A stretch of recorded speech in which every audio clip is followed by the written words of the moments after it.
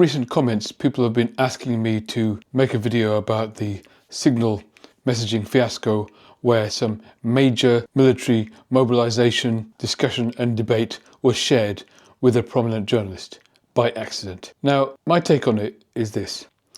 Think back to the Obama era. It feels like 1,000 years ago now. When he appointed his cabinet, he had actual Nobel Prize winning scientists who took seats on his cabinet. He genuinely hired the best and the brightest from around the country. People who are in politics, people who weren't in politics, but all of whom had a strong pedigree of achievement and accomplishment in their particular field. Kamala Harris also said that she would have a government of all the talents, and like Obama, she would also recruit Republicans into the cabinet to sit with her because her aim was to pick people based on merit. Now, weak and insecure leaders do not do that. What happens with insecure leaders, people who actually lack capacity and know it themselves, is that they can only feel secure if the people around them are less competent than they are. If the people around them are kind of sycophants and pygmies, because there's no way in which they will feel comfortable with other capable people around them, because they'll show them up. And this is exactly what Trump is doing. And in doing this, he's learning from his first administration, because he kind of outsourced the job of selecting his first cabinet in 2016 to a whole bunch of other people like Steve Bannon. And what they did is they went out and found actually impressive people, captains of industry like Rex Tillerson and generals from across the military establishment. But how did that turn out for him? Remember Rex Tillerson referring to him as a moron? Remember General Kelly, who was his Homeland Security Secretary and then later on his Chief of Staff, openly referred to him as a fascist on the record, and therefore helped to contribute to the Kamala Harris campaign for president. Remember General Jim Mattis? He actually slept in his work clothes every night. So worried was he of Trump's potential for instigating a global conflict. And in order to prevent that happening at any moment in time, he would sleep in his work clothes so he could shoot straight across the Pentagon whenever needed to try to restrain Trump. Now, of course, the restraints are off. And the only way in which Trump has enabled that is by putting people into position who have no ability to argue with him. In fact, they have no ability to argue with anybody because they're not known for any competence in their chosen field. We have people like Kash Patel, whose main claim to fame is writing conspiracy theory books, and including this. But I encourage you to grab a copy and watch King Donald take on the Dragon of Jalapenos. Yes, the DOJ. This is Kash Patel, Donald Trump's new choice to lead the FBI. Yes, the guy who literally rewrote the insurrection as a kid's fairy tale and made Donald Trump a king. He knows we founded this country to escape a monarchy, right? I've been doing some reading myself. Here it is. I can't believe you got that. Yeah, I'm on it. Oh. The plot against the king. Now, of course, it's about Donald Trump. And you see Hillary looking over there. It's about Donald Trump. And who is our protagonist in the plot against the king? Let's see. I know maybe you don't recognize this guy. Oh. Hold on, wait a second. Cut to that image that you have up there. Who's that guy? Oh, it's the hero. That's Kash Patel. He's our hero. Okay. Now, I've known people who, write short stories and make themselves the hero in it. It's very strange.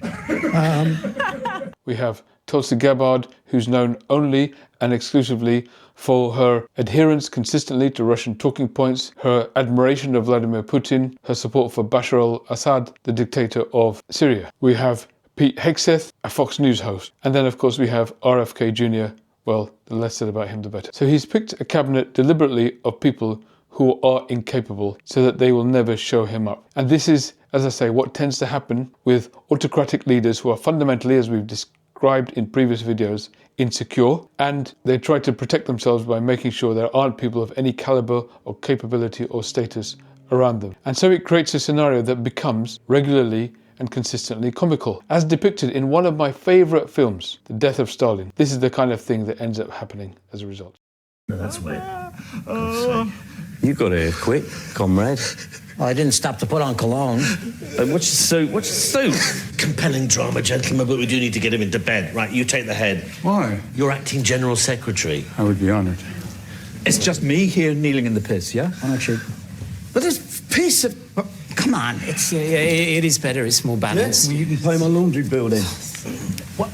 You're not auditioning for the Bolshoi. Who are you, Nijinsky? Come on. I have a bad back. Yeah, Too much social climbing, I expect. The head is the heaviest part. All right, ready? 3, 2, 1. Lift. Jesus.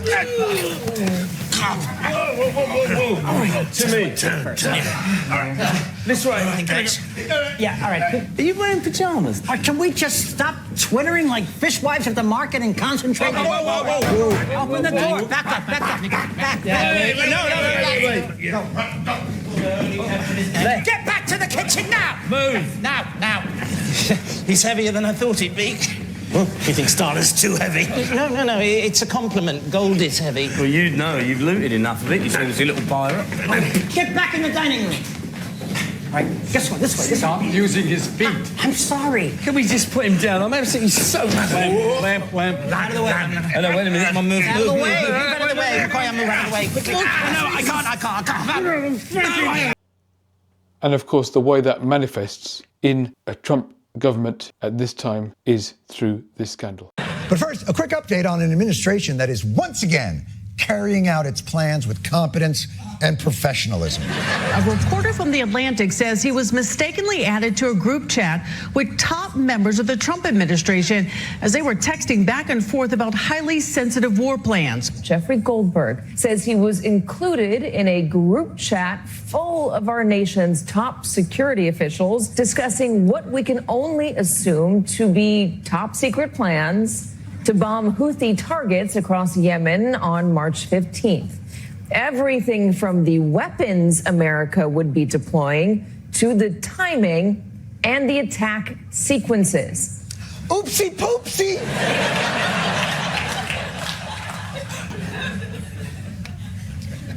By the way, I might be in this group chat. I don't know.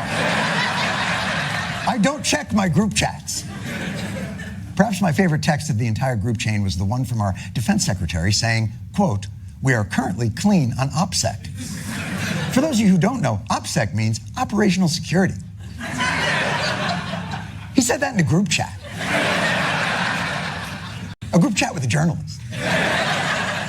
The journalist said that he didn't think that the story was real until Yemen was bombed. So all I can say, I guess, is get your popcorn, buckle up. The clown show has only just begun. We're going to have 4 years of this. It would be funny if it wasn't so tragic and if it weren't for the fact that so many lives and livelihoods are at stake as a result. Thank you for watching my video. I'm a psychiatrist. I'm also interested in philosophy and public policy and politics. And I aim to make a number of videos about these subjects and particularly the intersection between them. If you're able to like and subscribe to this channel, then it'll really help, and also put in some comments whenever you can. That'll really help the algorithm. It'll really help promote this channel to other people. Now, beyond that, we are all, unfortunately, at the behest of a very small number of people who seem to run everything these days. And we are all at the whim of a tech oligarch who could decide tomorrow to end a channel like this because it's not in their favor. And because of that, I've set up a kind of email newsletter, which you can subscribe to. At the top of the channel, you'll see a web address. Please go there and subscribe to my newsletter. That way you can stay in touch with the videos I'm making. At least we can keep the content flowing. So I hope you can do that. And I hope we can keep talking and also gain clarity, not just about what's happening right now, but how we can get through this, how we can improve things to make a better tomorrow together. Thank you.